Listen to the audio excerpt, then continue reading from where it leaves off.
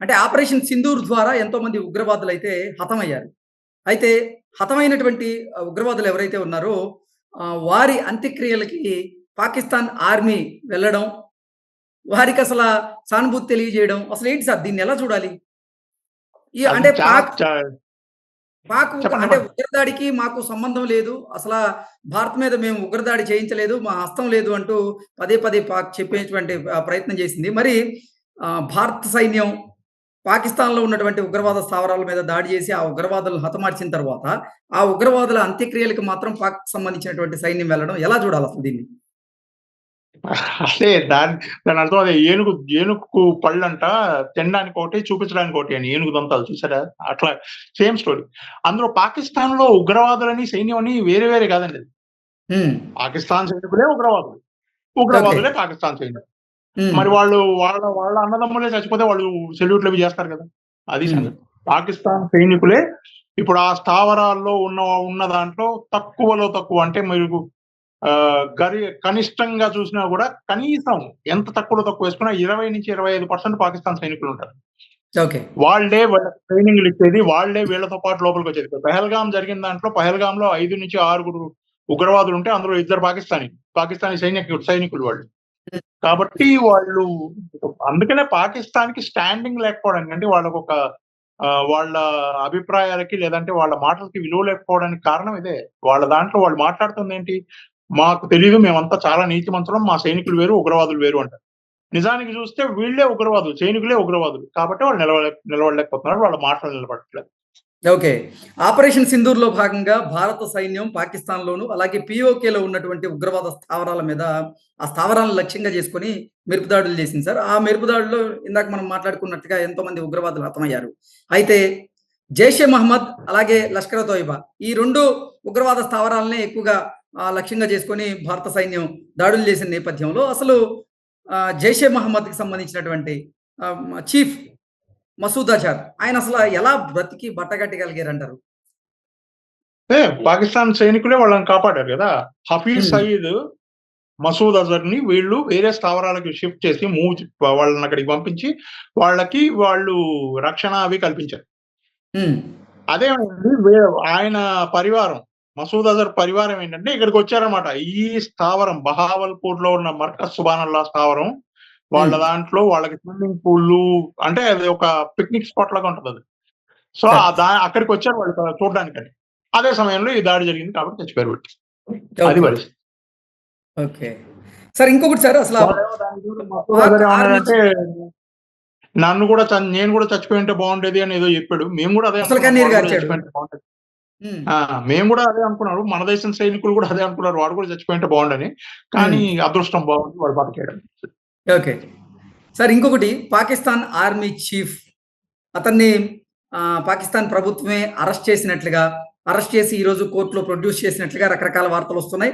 మరొక రకమైన వార్త ఏంటంటే పాకిస్తాన్ ఆర్మీ చీఫ్‌ని మార్చారు. కొత్త వ్యక్తిని ఆ పదవికి అప్పజెప్పారు అని రకరకాల వార్తలొస్తున్నాయి.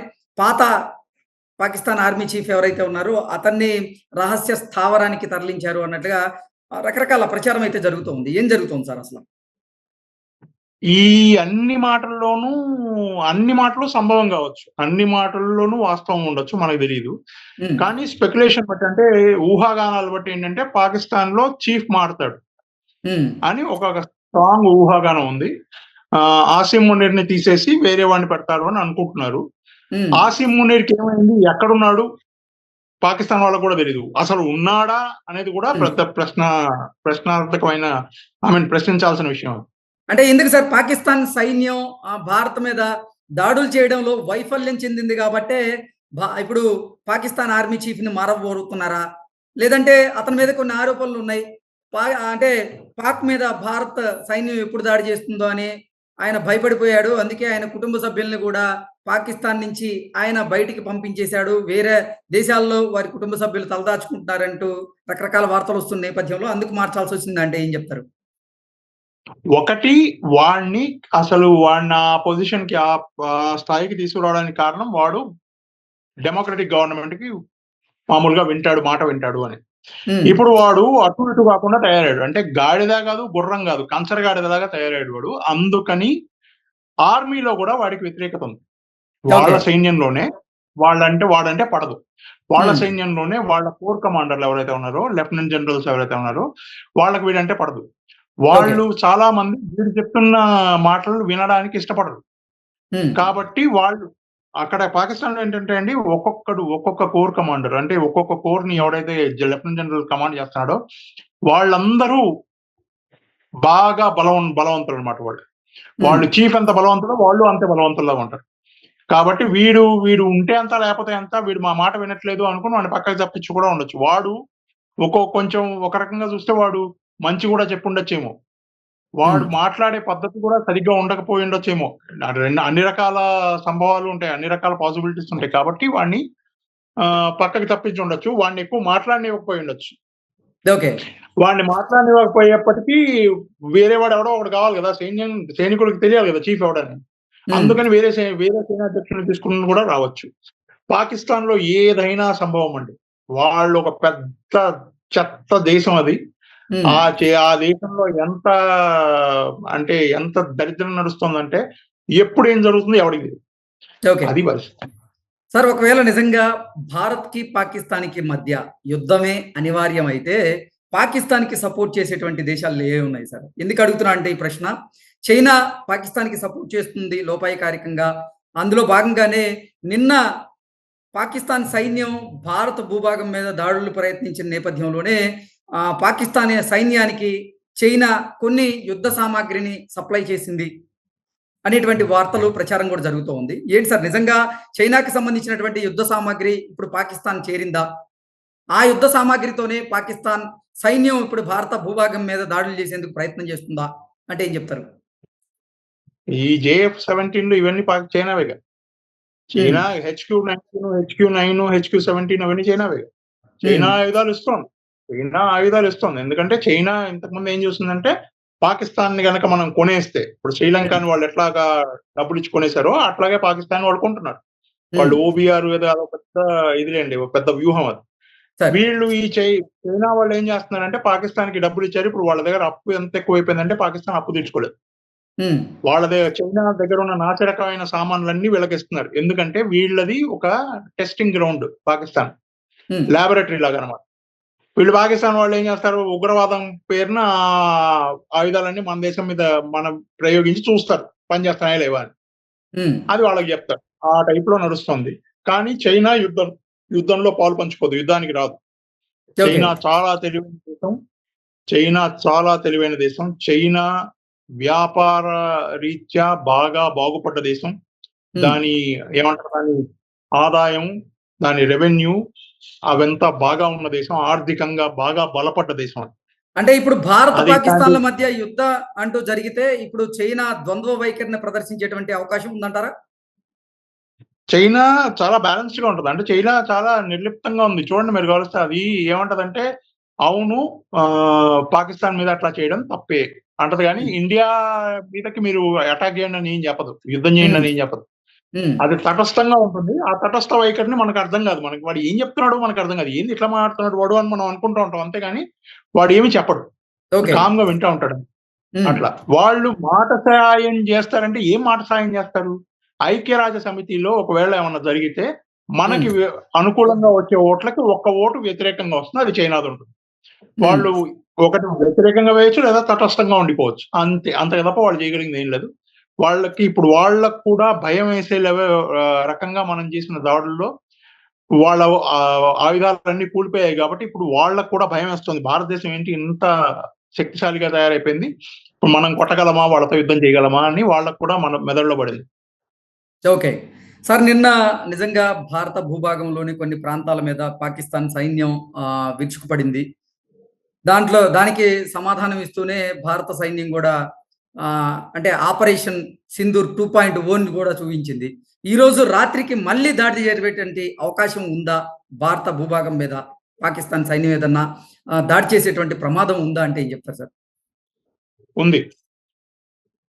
వాళ్ళు మళ్ళీ ఆహ్, ఇట్లాంటిదే ఏదో ఒకటి చేయాలని ప్రయత్నించొచ్చు. అంటే ప్రయత్నిస్తారు కూడా. ఇప్పటికే భారత సైన్యం పాకిస్తాన్‌కి చెందినటువంటి ఆహ్, ఎయిర్ బేస్‌లను అలాగే ఇందాక మనం అనుకున్నట్లుగా పోర్ట్‌ను గూడా ధ్వంసం చేసినటువంటి నేపథ్యంలో ఒకవేళ గనక దాడి చేస్తే ఎక్కడి నుంచి దాడి చేసేటువంటి అవకాశం ఉంటదంటారు? ఇప్పుడు మిగిలిపోయినవేవో ఉంటాయి గదండీ! కొన్ని ఆయుధాలు ఉంటాయి గదా! అక్కడక్కడ పడుంటాయి గదా! అయన్నీ తీసుకొనొస్తారు. ఎక్కడి నుంచి చేస్తారని మనం చెప్పలేం. ఎక్కడి నుంచైనా చేయొచ్చు. ఎందుకంటే పాకిస్తాన్ పెద్ద వైశాల్యం ఉన్న దేశం గాదు. ఎక్కడి హ్మ్. నుంచి చేసినా జమ్మూ దాకా వస్తాయవి.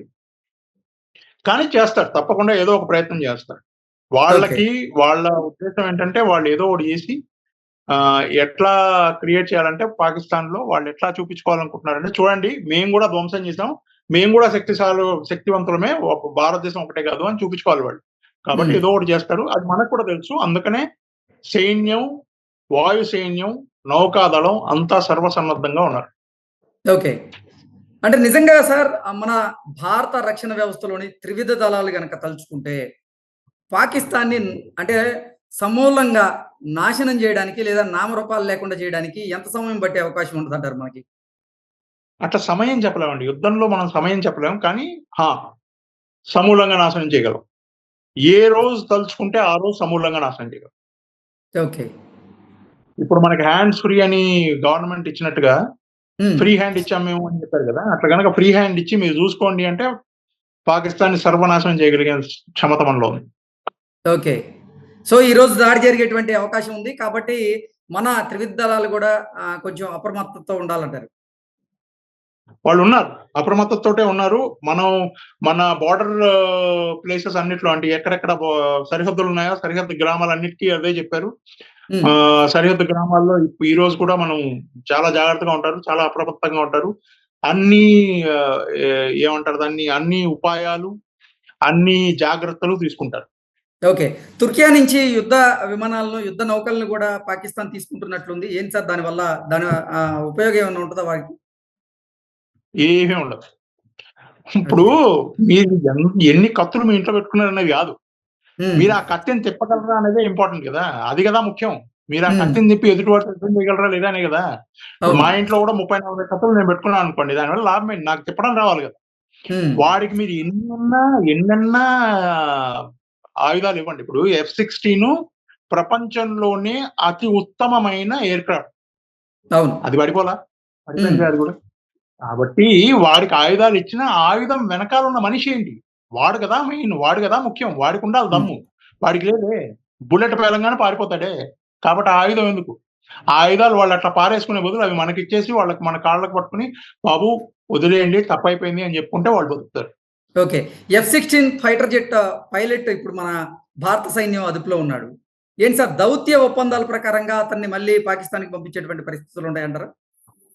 ఉంటుంది. మనం ఓకే. మన సైన్యం చాలా ఉత్తమమైన విలువలు పాటిస్తుంది. సార్. కాబట్టి తప్పకుండా వాడిని వెనక్కిచ్చేస్తారు. Okay. Okay sir. Thank you so much sir. Thank you so much అండి. Thank you.